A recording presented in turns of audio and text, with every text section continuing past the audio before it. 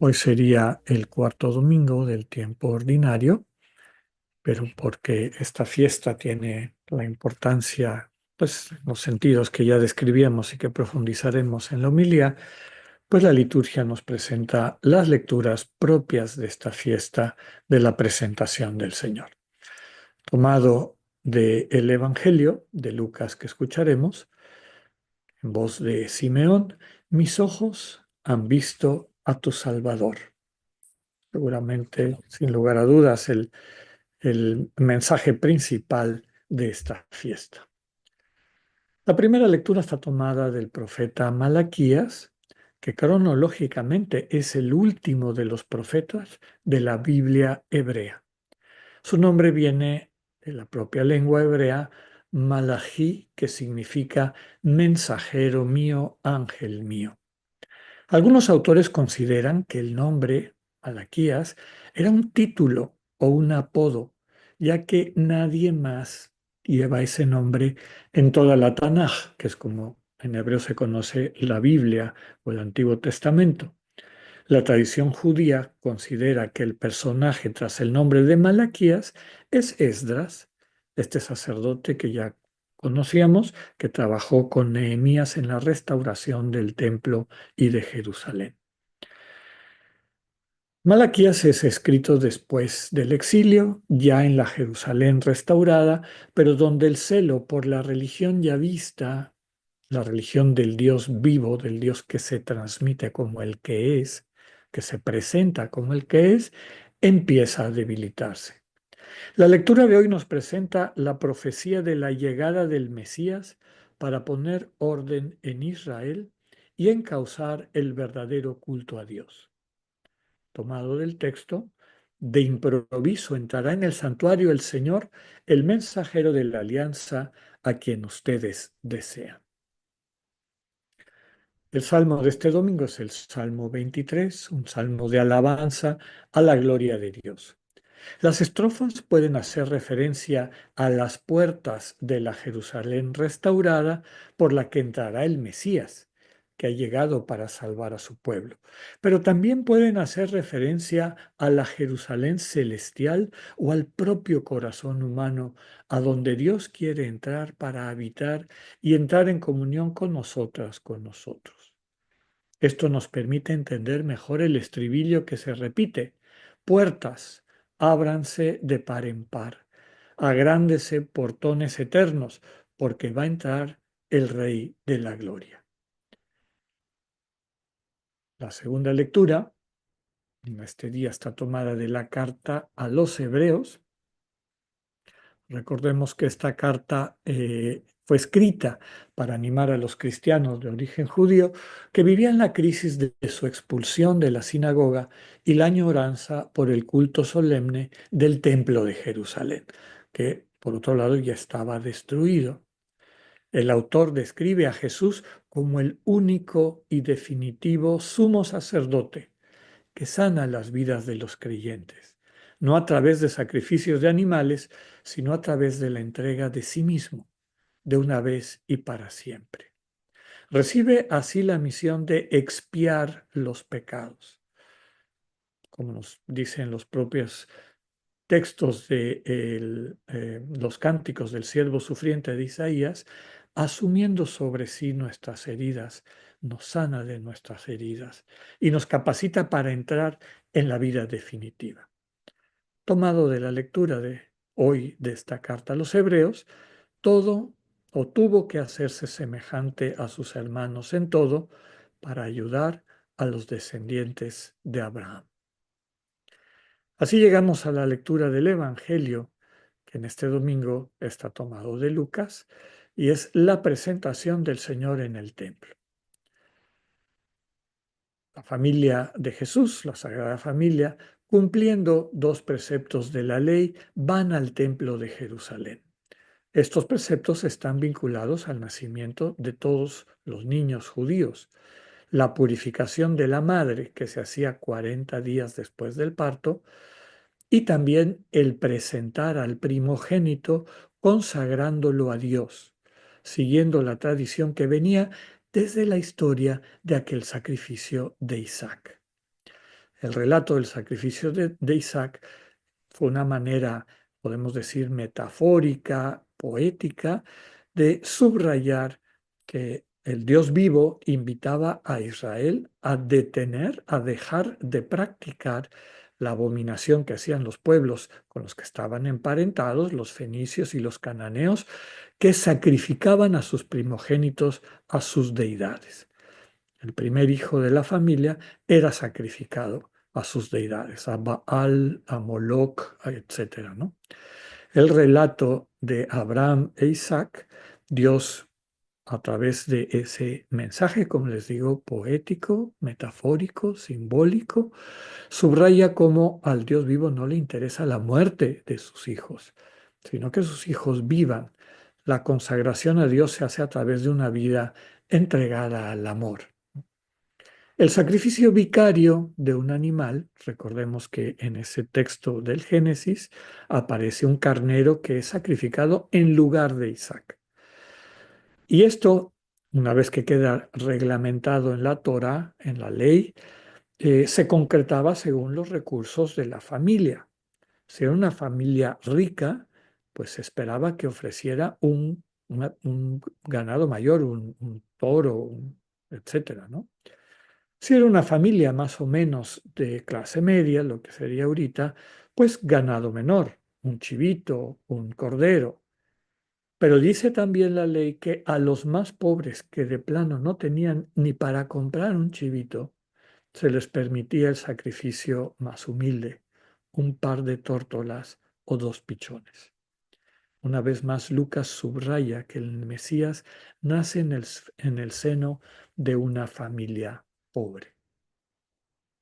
El relato nos presenta a dos personajes propios de este evangelio, que no encontramos en ningún otro, a Simeón y a Ana, que representan la sensibilidad de lo que desde el Antiguo Testamento se llamaba el resto de Israel, los pocos que se mantienen fieles a la fe ya vista, es decir, a la fe sostenida en el encuentro con el Dios que es.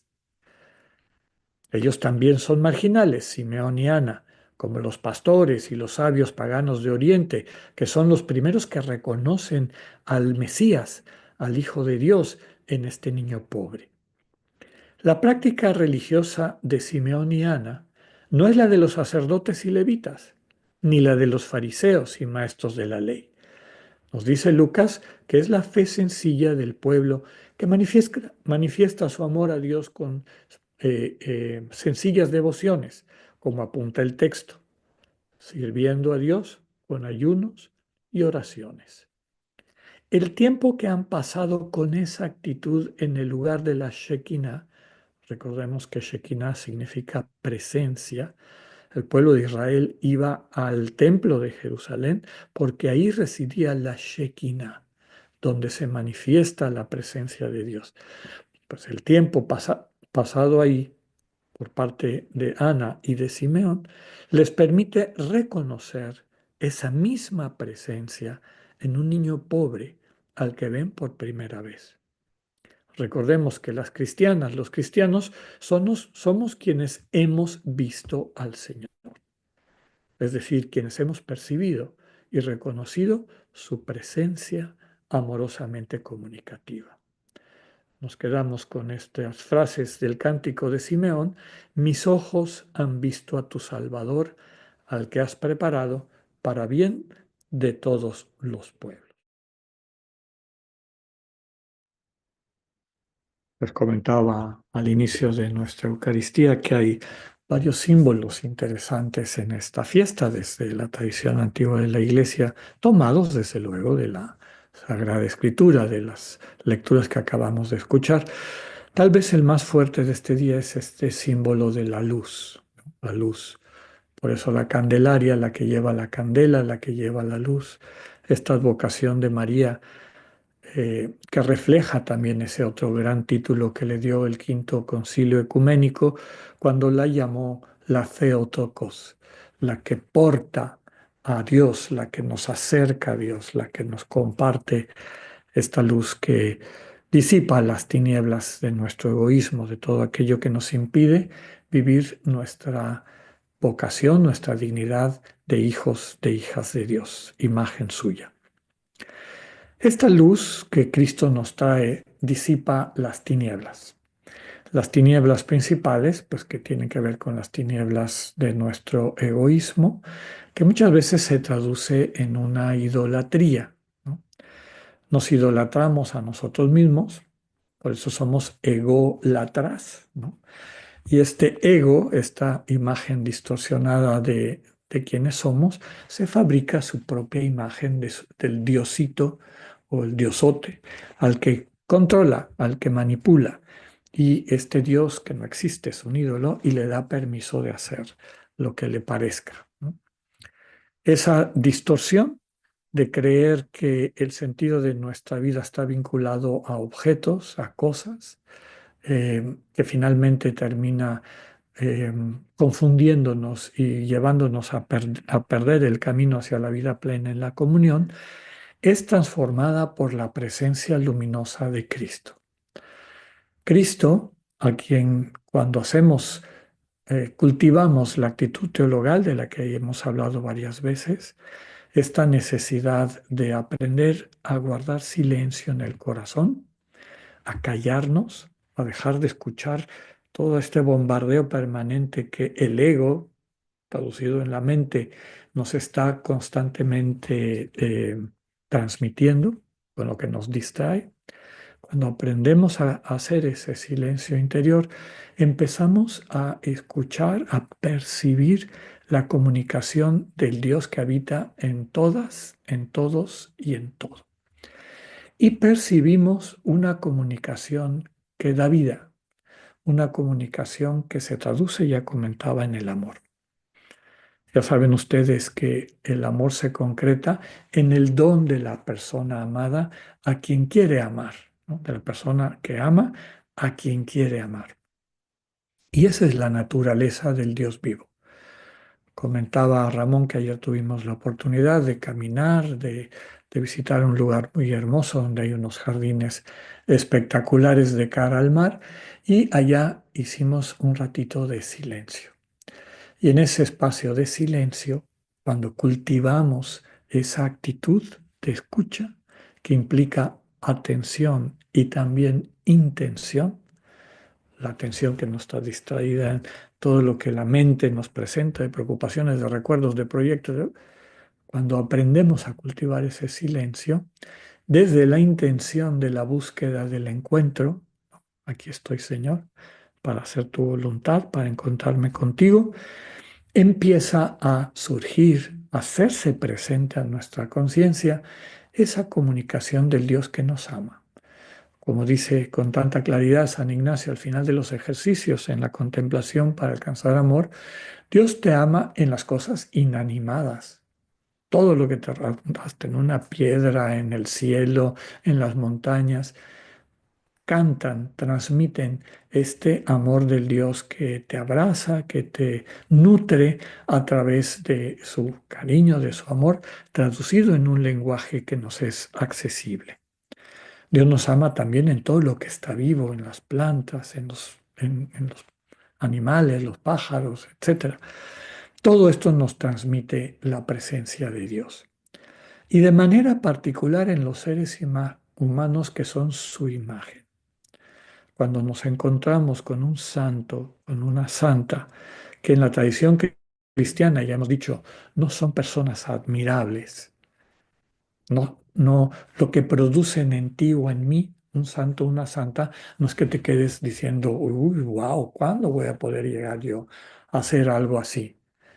Un santo y una santa, igual que Dios es santo, es aquel que descubre lo mejor de ti, lo percibe, lo admirable que hay en ti y te permite entrar en contacto con eso, te lo transmite, te lleva a que te admires de la manera como Dios vive en ti y a que sigas ese camino, el camino de la vida plena en el amor compartido para el cual Dios nos creó. Y eso es lo que hace Cristo.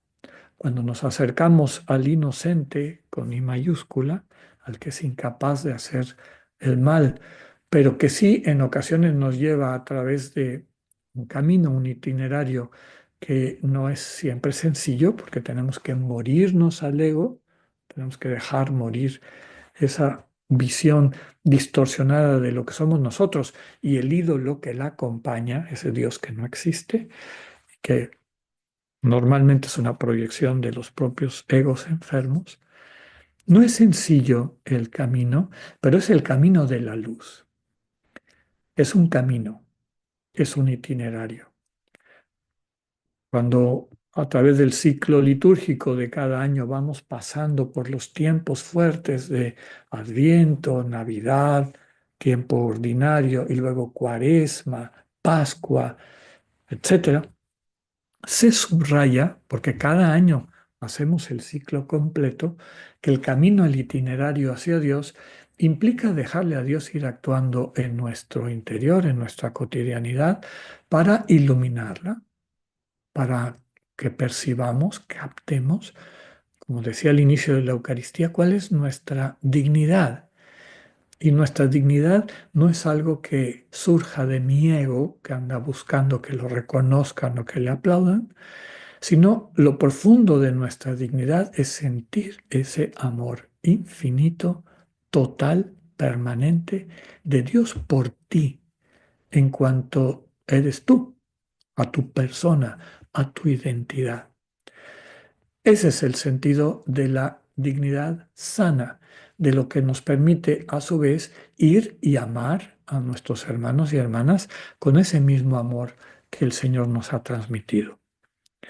Decíamos que hoy es el día de la vida consagrada y yo, como les comentaba, me gustaría extenderlo no solamente a quienes hemos recibido el carisma, el don de pertenecer a una familia religiosa y a una tradición, llamemos espiritual, un regalo carismático del espíritu a la iglesia, como pueden ser franciscanos, carmelitas, trinitarios, mercedarios, etcétera, la espiritualidad ignaciana, más todas las congregaciones que después han ido siendo suscitadas por el Espíritu.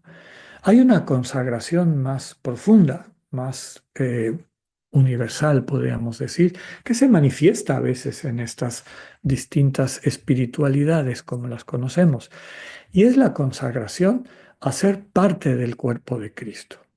Por eso también me gusta subrayaros, hoy es el día de todas y todos los cristianos.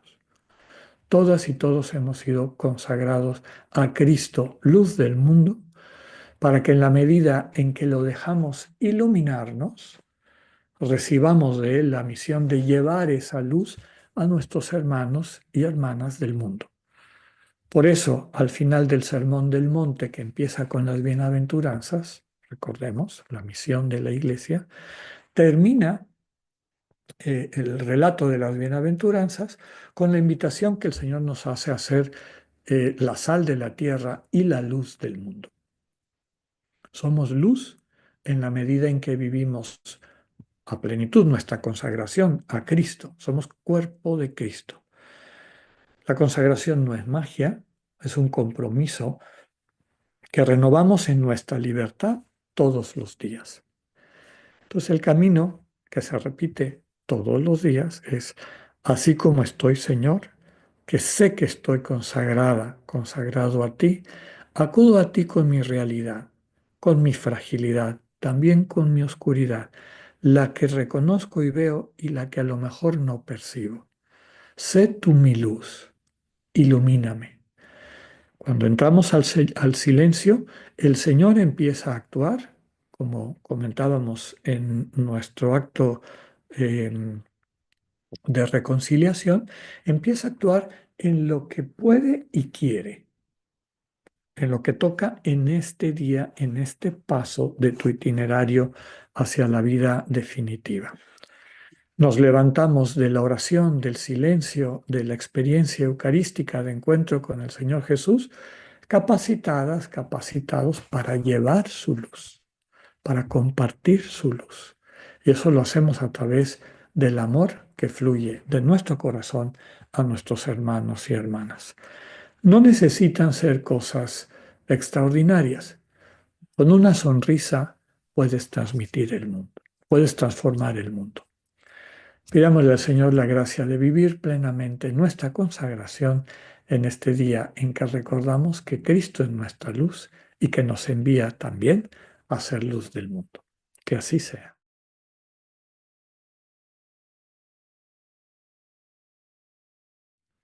Pidámosle al Señor la gracia de crecer en la sensibilidad que describe la Sagrada Escritura en Simeón y en Ana.